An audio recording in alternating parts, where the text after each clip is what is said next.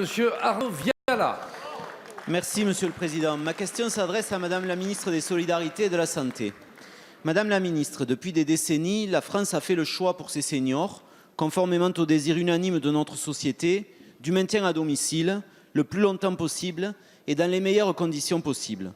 Ce choix repose essentiellement sur deux piliers, sur des conseils départementaux qui ont de plus en plus de difficultés, sur des réseaux, le plus souvent associatifs, qui maillent nos territoires jusqu'aux hameaux et fermes isolées, et sur des femmes surtout, et quelques hommes, qui vont chez nos parents et grands-parents.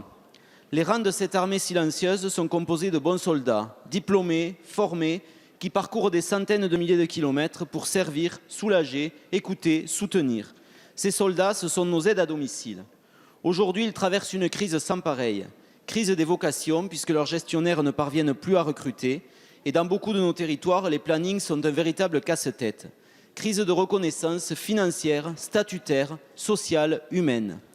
Dans quelques minutes, Madame la Ministre, vous soumettrez aux voix dans cet hémicycle le PLFSS pour 2020. Il ne comporte rien en direction de nos aides à domicile et des structures qui les emploient. Nous vous avons proposé des amendements afin de revaloriser le statut de ces personnels, mais vous les avez rejetés. Madame la Ministre, faut-il lire dans ce refus une remise en cause de votre part des politiques de maintien à domicile? Merci, Monsieur le député. La parole est à Madame Agnès Buzyn, ministre des Solidarités et de la Santé.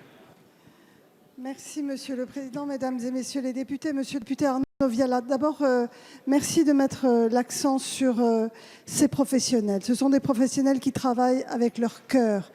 Tous l'expriment et je tiens à leur rendre hommage aujourd'hui.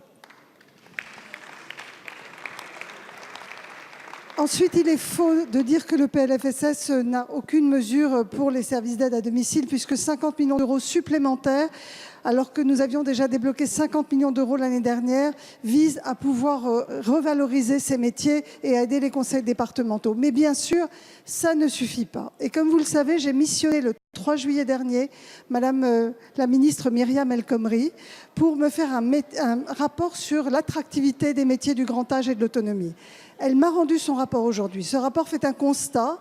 Ce constat, il est partagé par tous les professionnels du secteur qui, évidemment, montrent un morcellement de ces métiers, une incapacité à recruter, un défaut d'évocation, alors qu'il y a tant de jeunes aujourd'hui qui souhaitent des métiers avec du sens. Ces métiers-là ont du sens, permettent justement à ces jeunes de s'exprimer et sont des métiers non délocalisables. Alors nous avons retenu 3 axes de travail. D'abord un premier sur la revalorisation de ces métiers, y compris revalorisation financière.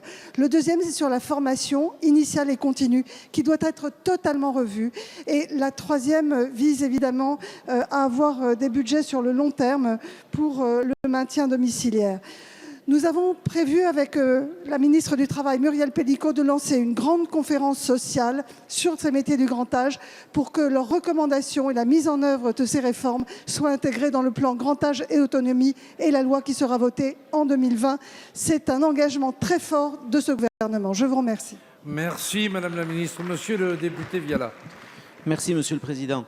Le rapport de Madame El Khomri, Madame la Ministre, pose des constats que nous partageons. Il faut davantage d'argent pour les frais de déplacement, davantage d'argent pour les salaires, 18 500 postes de plus, mais il faut aussi des moyens qui sont chiffrés, si mes informations sont bonnes, à 825 millions d'euros pour les années à venir. Comment allez-vous trouver ces moyens? Il y a urgence, Madame la Ministre, d'autant plus que les conseils départementaux, qui bien souvent servent les aides, qui servent à financer ces emplois et ces activités sur les territoires, sont exsangues et n'ont plus de levier fiscal. Donc il faut maintenant agir. Merci, Monsieur le député.